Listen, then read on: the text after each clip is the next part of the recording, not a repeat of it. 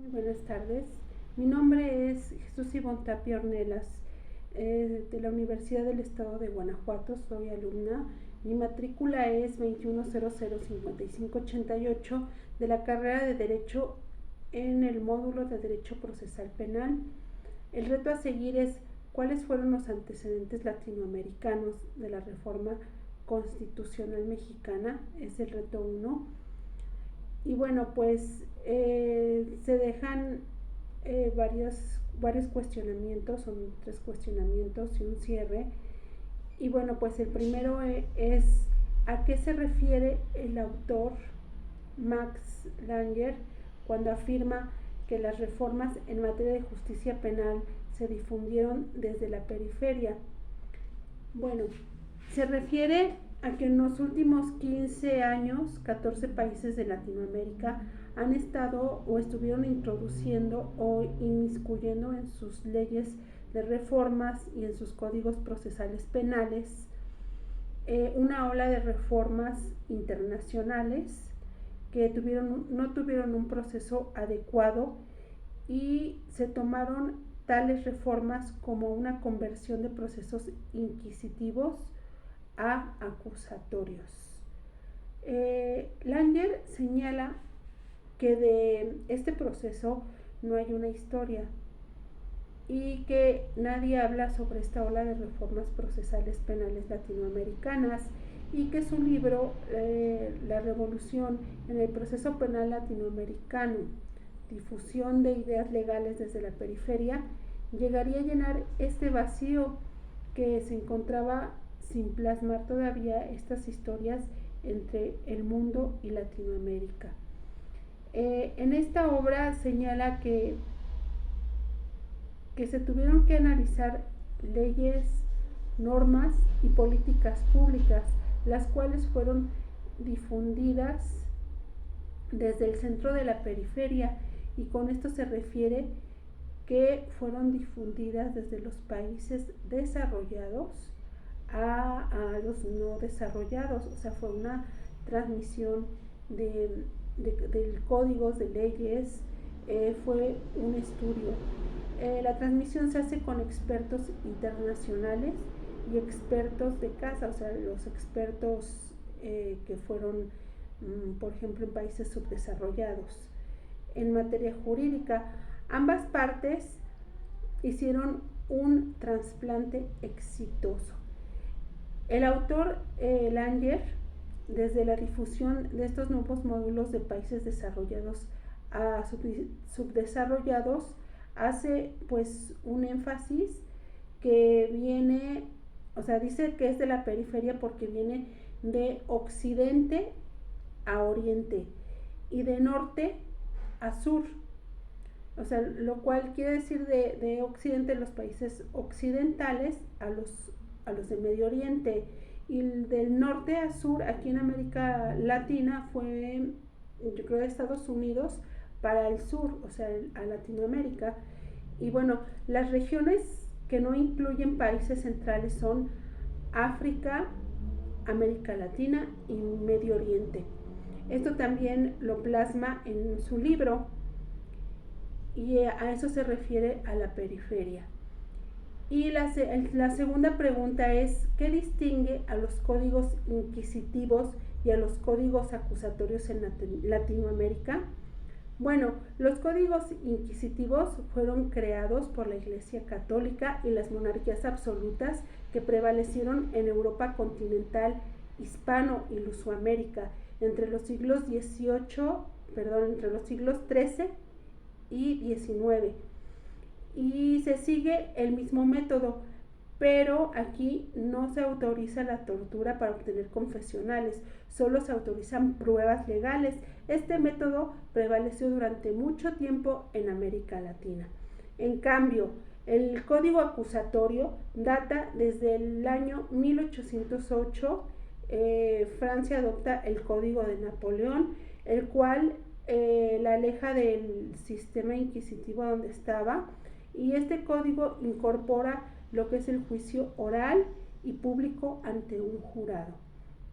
En un principio Solo algunos países latinoamericanos aceptan estas reformas, pero la mayoría la rechaza por considerarlos demasiado liberales y desconfiar de los juicios orales y públicos.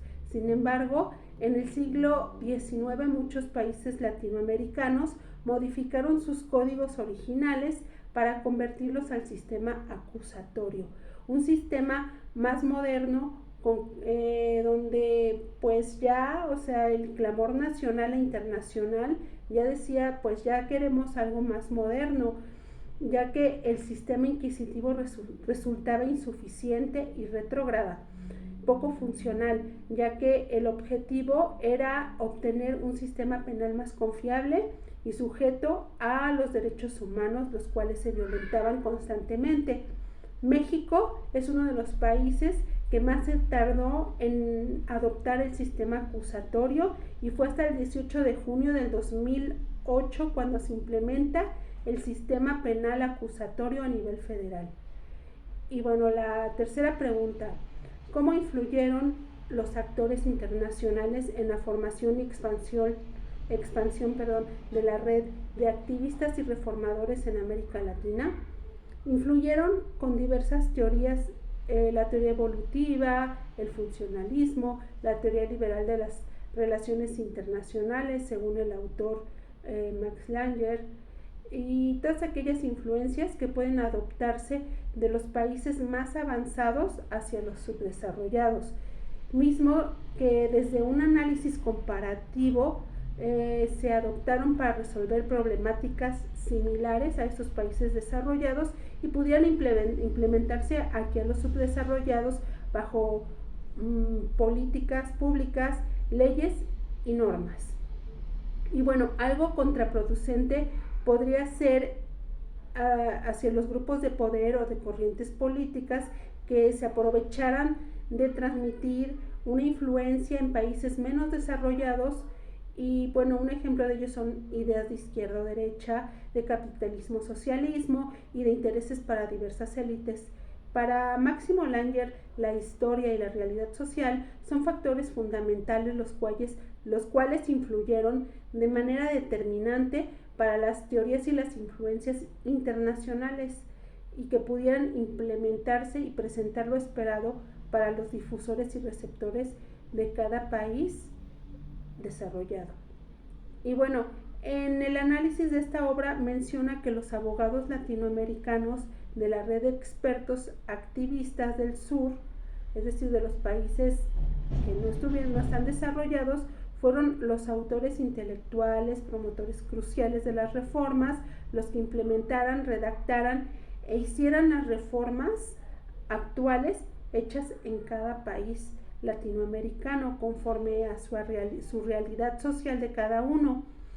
También menciona que algunos países centrales aportaron algunos recursos económicos, promoción, pero también presión. Y bueno, pues la otra pregunta es un cierre, es una opinión en la que se debe indicar la relación entre el texto de Langer y la reforma constitucional en materia de seguridad pública y justicia penal en México. Bueno, para Max Langer, México inició su transmisión democrática más tarde en toda Latinoamérica y vemos en el texto que fue hasta el año 2006 donde se implementó el sistema acusatorio en 2 estados de la República Mexicana, los cuales fueron Oaxaca y Chihuahua. Se logró unificar el sistema en todo el país hasta el año 2008. Se logró así una implementación a nivel federal de estas reformas constitucionales en materia de seguridad pública y justicia penal, con un sistema acusatorio, con la presunción de la inocencia, olvidando el viejo sistema de antaño donde se cometían muchas injusticias. El sistema acusatorio es sin duda novedoso todavía, pero va más encaminado para la defensa de los derechos humanos, pero también para la defensa de los imputados, demandados o vistos como culpables. En este sistema acusatorio hay cambios en los 3 poderes, ejecutivo, legislativo y judicial. Es un proceso que no es sencillo y que seguirá en estudios tanto locales como internacionales. Y bueno, pues la lectura de Langer nos invita a ver que su tema tiene que ver demasiado en nuestro país, ya que las reformas constitucionales, la reforma constitucional de aquí del país de México es novedosa y presenta errores, pero también oportunidades de mejorar y de estudiar, ya que no cesarán estos estudios, porque las nuevas leyes y reformas seguirán cambiando conforme al avance del tiempo y las nuevas realidades sociales y culturales van a necesitar de más estudios, de más reformas, no solo en nuestro país, sino en todo el mundo en general. Para los países menos desarrollados, son los nuevos en implementar este sistema acusatorio. Sin duda, los estudios comparativos de otros países y los locales expertos coadyuvarán a la realización de nuevas y propias leyes que son transmitidas y fortalecidas en nuestros códigos penales. La propia Constitución nos garantiza una buena impartición de justicia penal y de seguridad pública en México, ya con sus nuevas reformas. Muchísimas gracias.